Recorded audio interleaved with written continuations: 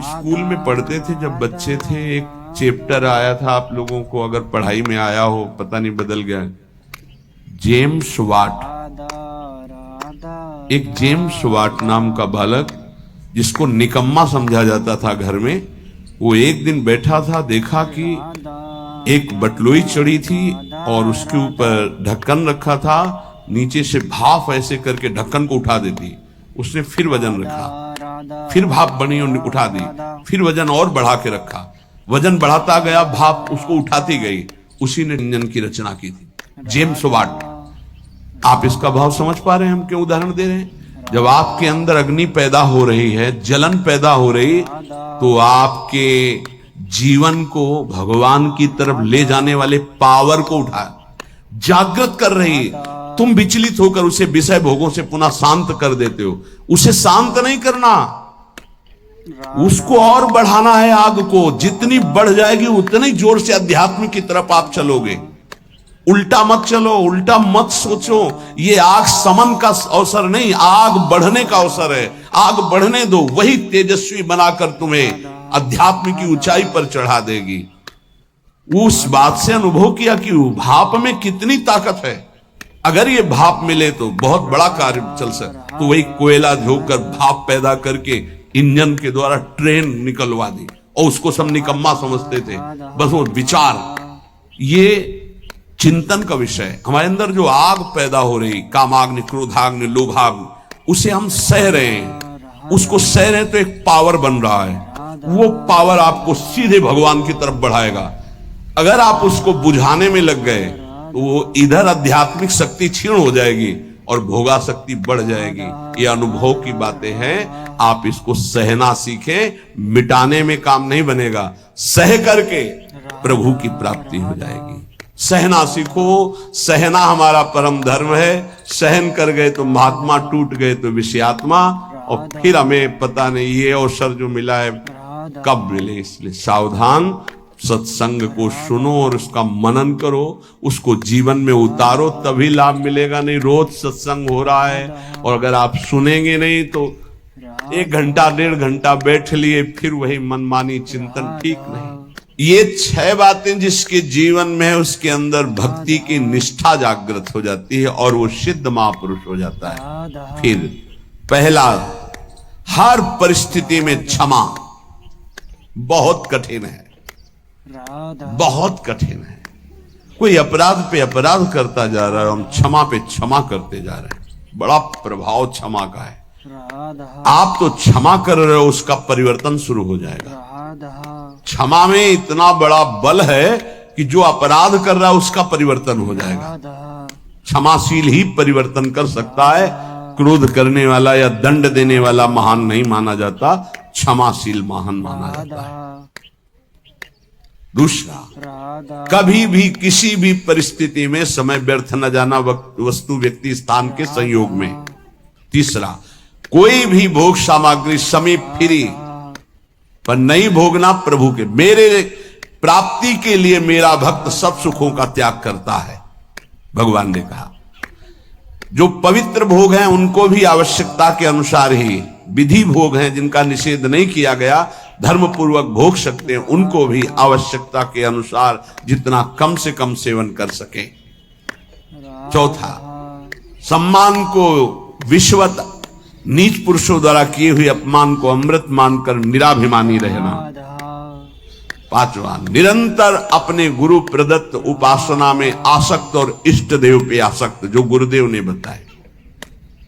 छठवां, सदगुरुदेव की पूर्ण शरणागति, पूर्ण आश्रय, एकदम कोरा कागज बनकर वो जैसा जैसा कह रहे हैं वैसे चलने से भक्ति निष्ठा जागृत हो जाती। भक्ति निष्ठा जागृत होने पर वो सबसे अधम और छोटा अपने को समझने लगता है। अपने को इतना तुच्छ मान लेता है कि उसके भजन, सेवा, सद्गुण जितने हैं उनका उसके अंदर अभिमान ही नहीं आता। इसी कारण वो सिद्ध हो जाता है। थोड़ी सी साधना अभिमान उत्पन्न कर देती। क्यों?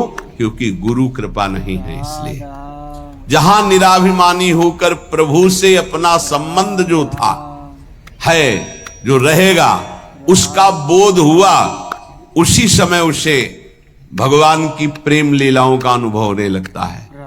कभी रोना नहीं आता किसी को। मेरे साथ प्रभु कितनी कृपा कर रहे हैं, कभी रोना नहीं आता। कैसा कपटी संसार है। गुरुदेव अपनी महिमा से उतर करके, नीचे उतर करके हमारे जैसे बनकर हमसे संभाषण करते हैं, हमें प्यार दुलार शासन करते हैं। कभी एकांत में किसी को गुरु के प्रति रोना आया? मोटे मोटे आंसू सामने गिरते देखते हैं अपनी वासना की पूर्ति के लिए, अपने मन की शांति के लिए, हमारे मन को सुख मिले, बस। कभी ये रोते कि अहो कृपालु, करुणा में आपका कैसा स्वभाव है, हे स्वामिनी आपका कैसा स्वभाव है। कभी ऐसा। विश्वामित्र जी भगवान के प्रति शिष्य भाव किया तो भगवान शिष्य बन गए। अगर थोड़ा भी विलंब पुष्प लाने में हुआ तो भगवान डर रहे थे कि गुरुदेव की संध्या पूजा में विघ्न न हो जाए, गुरुदेव की जो सेवा में थोड़ा भी समय लगा तो डर गए भगवान। शिष्य भाव, जैसा भगवान के प्रति भाव करोगे वैसा ही भगवान आपके सामने आ जाएंगे।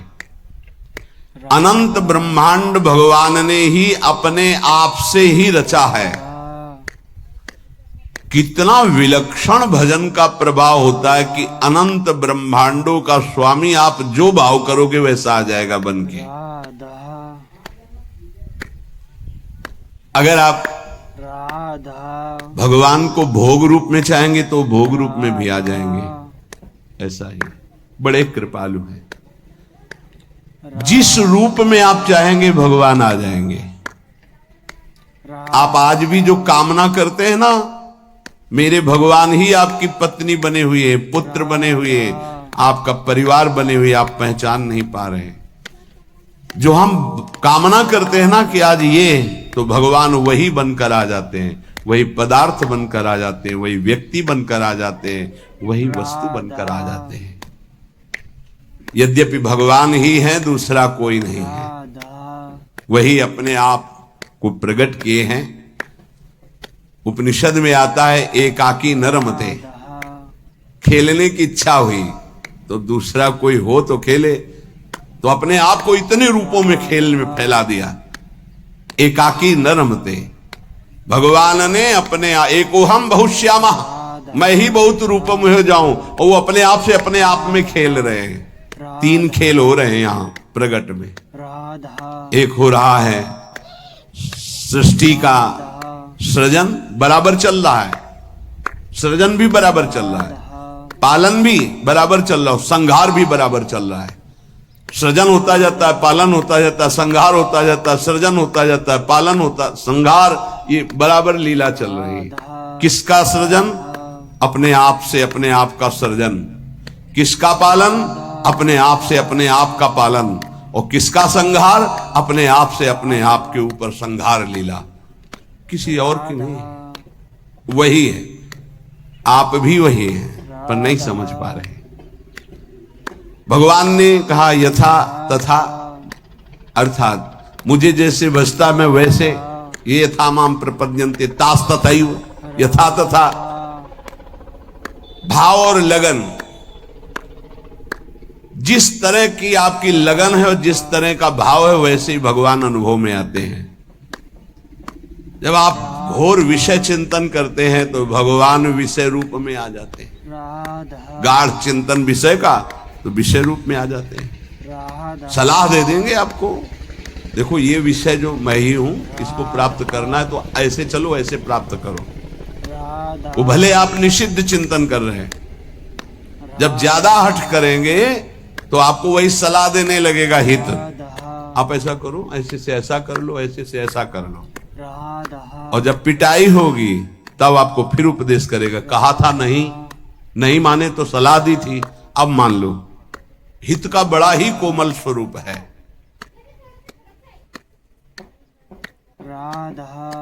यदि आप भाव से लगन से प्रभु की तरफ चले तो उधर से प्रभु चल पड़ते हैं। और आपकी चाल और प्रभु की चाल में बड़ा अंतर है। राधा। त्रिभुवन में सबसे तेज गति चलने वाला मन है, राधा। वायु से भी अत्यंत वेगवान मन है। राधा। जैसे वायु यहां से राधा। बंबई उसको जाने में कुछ समय लगेगा, राधा। लेकिन मन को अगर आप बंबई गए हैं पहुंच गए। राधा। मन से भी वेगवान गरुड़ जी हैं, जो भगवान के वाहन हैं, वो मन से भी वेगवान है और गरुड़ से भी वेगवान भगवान की गति है। जब उपासक भाव और लगन से चलता है तो बहुत जल्दी भगवत प्राप्ति क्यों हो जाती है? बोले दरिया दूषण दास में नहीं राम में दोष। भगवत प्राप्ति में दोष आपका है जो आप देरी कर रहे हैं, भगवान की तरफ से नहीं। जन चाले एक पावणो हरि चाले 100 कोश। एक कदम भक्त भगवान की तरफ चले तो 100 कोस भगवान भक्त की तरफ चल देते हैं। 100 कोस उनका वेग है ऐसा, वो अपने कदम से एक कदम तो ब्रह्मांड पार कर दिए। आपका भाव और लगन, भाव में तो विषय भरा है, लगन लगी भोगों की तो बार बार वही आ रहे हैं भोग रूप में, दूसरा कोई नहीं। पर जब भोग रूप से आप विषयों का सेवन करते हैं तो फिर नरक रूप से भगवान मिलते हैं, रोग रूप से भगवान मिलते हैं, दंड रूप से, जलन रूप से भगवान मिलते हैं। भगवान का कौन सा रूप आपको पसंद है? आनंद तो छोड़ो इसे, आनंद सिंधु प्रभु के रूप का ध्यान करो, उनका नाम जप करो। भगवत प्राप्ति में कोई बाधा नहीं डालता, साधक स्वयं बाधा को स्वीकार करता है। क्योंकि भगवत प्राप्ति के लिए जो तुम्हें समझ दी गई है उसका प्रयोग नहीं कर रहे। भोग सामग्री देखी, समझ कह रही कि नहीं इससे बहुत विलंब हो जाएगा, भगवत प्राप्ति नहीं होगी, आप ये अनसुनी कर दिए, उसे भोग लिए। किसकी गलती रही? आपकी। आपने अपनी समझ का आदर न करके और भोगाकर्षण का आदर कर लिया। अपने समय को, अपने जीवनी शक्ति को, अपने समझ को भगवत प्राप्ति के योग में लगाना चाहिए। आप भगवत प्राप्ति के वियोग में लगा रहे हैं, दूरी बनाने में लगा रहे हैं। चलना इधर है, चल इधर रहे हैं, इसमें कमी आपकी है। सामर्थ्य जितनी है अगर उतना कदम बढ़ा दो तो तुम्हें खुद अनुभव होने लगेगा भगवान कितनी वेग से आपकी तरफ आ रहे हैं। पूरा समय, पूरी सामग्री, पूरी सामर्थ्य भगवत प्राप्ति के लिए मिली है आपको।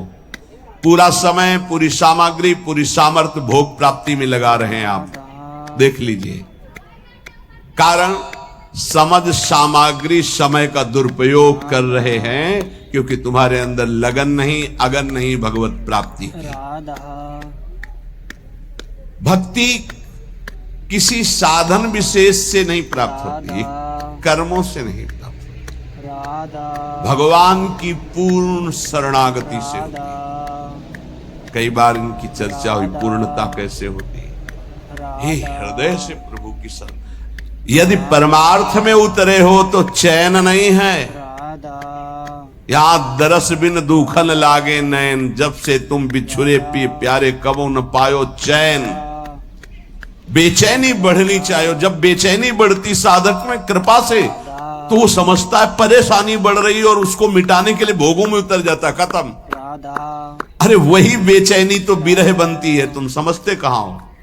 जब आपके अंदर जलन होती, बेचैनी होती, घबराहट होती है तो वही जाकर विरह बनती है।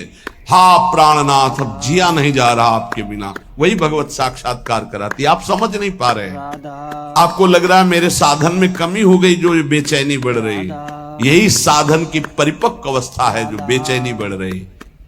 प्यारे समझिए, आपका हृदय तो जलता है, आप में जो अशांति सी महसूस हो रही है, अभाव सा महसूस हो रहा है, ये कृपा हुई है आपके अंदर। यही अभाव आपके अंदर ऐसा भाव पैदा करेगा कि आप चिल्ला चिल्ला कर रोने लगेंगे, प्रियाजू अब रहा नहीं जा रहा, सहा नहीं जा रहा, अब आ जाइए। बन गई बात। जहां आपके अंदर ऐसा भाव आया, बेचैनी बढ़ी, तो आप उसको चैन प्राप्त करने के लिए भोगों का चयन कर लेते हैं। बस गई वो। बोले अब थोड़ा, कल किसी ने कहा था कि आपके कथनानुसार मैं जब चलता हूं तो भारी घबराहट पैदा हो जाती है, राधा और जब हम आपकी हर बात छोड़ देते हैं तो एक तसल्ली से मिलती है और शांति मिल जाती है। क्या शांति मिल जाती? मन। राधा अब विषय भोगने को मिलेगा, अब स्वतंत्रता मिल गई। अब और जहां अनुशासन में वो जलता है कि मेरी हर वासना की आपूर्ति हो जाएगी, आप समझ नहीं पा रहे। वो जो आपके अंदर बेचैनी, वो भगवत प्राप्ति के लिए योग्यता पैदा कर रही है आपके अंदर, पर आपको वो नहीं चाहिए, इसलिए विषय सेवन में शांति लगती है। त्यागात शांति, तो वो कह रहा विषय भोगों में शांति मिल जाती है। यही बुद्धि की बात है, बहुत खराब बुद्धि हो चुकी। दास्य, सख्य, वात्सल्य, माधुर्य, ये जितने भाव है पहले इनके शरणागति पुष्ट होनी चाहिए।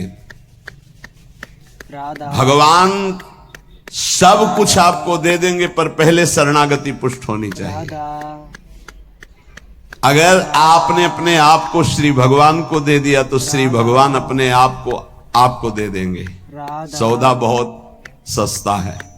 राधा हमने अपने आप को तो भोगों में दे रखा है। राधा अगर हम अपने आप को श्री भगवान को दे दे, श्री भगवान हमें अपने आप को दे दे, कितना सौदा सस्ता है। अगर शरणागति पक्की हो गई तो भगवान त्रुटियों की तरफ नहीं देखते। राधा राहत न प्रभु चित्त चूक किए की, करत सुरत सौ बार ही की। गाय माता प्रभु उसके हृदय की बात देखते कि मेरा शरणागत हो गया, सैकड़ों त्रुटि हो जाए तो भी ध्यान नहीं काम देते। करेगा वो सफल होगा। कितनी कृपा है। राधा जैसे पीछे आपने सुना था कि भगवान कह रहे हैं मेरे जन्म कर्म को दिव्य मानने वाला पुनर्जन्म को प्राप्त नहीं होता, ऐसे ही मैं प्रभु का हूं, प्रभु मेरे, उसका पुनर्जन्म नहीं होगा। राधा शरणागति का शुद्ध स्वरूप। हमारे माई श्यामाजू को राज, मेरी श्यामाजू मैं श्यामाजू का, राधा राधा ये सूत्र समझ लो। राधा प्रभु को अपना मानने वाला, अगर उससे त्रुटियां भी होती तो प्रभु नहीं गिनते। जन अवगुण प्रभु मान न का, उसको भगवत प्राप्ति हो जाएगी। मैं प्रभु का, प्रभु मेरे। बस किसी भी दबाव में आकर बीच में तीसरा नहीं हो जाना चाहिए। मैं प्रभु का, प्रभु मेरे। फिर मैं प्रभु का ये भी विस्मरण हो गया, केवल प्रभु मेरे। राधा राधा राधा चाहे समझ में आए या ना आवे, इतना समझ लो, संसार का कोई भी संबंध, कोई भी शरीर, कोई भी वस्तु स्थायी नहीं है, राधा कोई भी पद। लेकिन ये बात सदा तुम्हारे अंदर स्थायी बनी रहेगी, मैं प्रभु का, प्रभु मेरे। अगर आ गई है, राधा शरीर छूटा किसी भयानक अपराध से, अगर फिर जन्म हुआ तो ये बना रहेगा मैं प्रभु का, प्रभु मेरे, और ये आपको परम पद प्राप्ति करा देगा। राधा राधा अवश्य अवश्य भगवत प्राप्ति हो जाएगी। राधा तो अगर भगवान से कोई दुश्मनी कर ले तो उसे भगवत प्राप्ति हो जाएगी, राधा द्वेष कर ले तो भगवत प्राप्ति हो जाएगी, राधा क्योंकि प्रभु से ही तो जुड़ा है वो। भगवान को गाली दे, अपमान करे, नास्तिकता, बिल्कुल भगवान से बैर माने, उसे भगवत प्राप्ति हो जाएगी। यहाँ की जैसा कहा कि जैसे भक्त भजता है मैं वैसे भजता हूं, तो वो वैर से भजेगा तो वैर से ही सही, पर भगवत प्राप्ति तो हो जाएगी ना। बोले नहीं, भगवान ने एक शब्द कहा है, ये यथा माम प्रपद्यन्ते। प्रपद्यन्ते माने शरणागति। राधा राधा शरण में, मेरी शरण में होकर जैसा भाव करता मैं वैसा अनुभव कराता हूं। राधा तो वो जो भगवान की निंदा करता है भगवान की शरण में थोड़ी है, राधा उसको तो नरक की प्राप्ति होगी। राधा बोले शिशुपाल ने भी तो निंदा की थी, राधा तो रात दिन भगवदाकार वृत्ति रहती थी उसकी। राधा उसे उठते बैठते चलते फिरते कृष्ण ही नजर आते थे। राधा कंस ने भी तो द्वेष किया, तो उसको दाल में जीरा भी कृष्ण ही नजर आते थे। राधा जिधर दृष्टि डालता कृष्णाकार वृत्ति थी उसकी। राधा ये छोटे मोटे बैर वालों को यमराज ठीक कर देते हैं, उनको भगवान को नहीं अवतार लेना पड़ता। ये जैसे ना कि भगवान की निंदा कर रहे हैं, भगवान की अवहेलना कर रहे हैं, नास्तिकता कर रहे हैं, इनके लिए शासन विभाग है यमराज, वो अच्छी धुलाई करके देखो यहाँ चाहे जितना आप अपने को बलवान समझें, राधा कंबल डाल के कुटाई होती जेल में। एक हमें मिले थे जेल में, तो उन्होंने कहा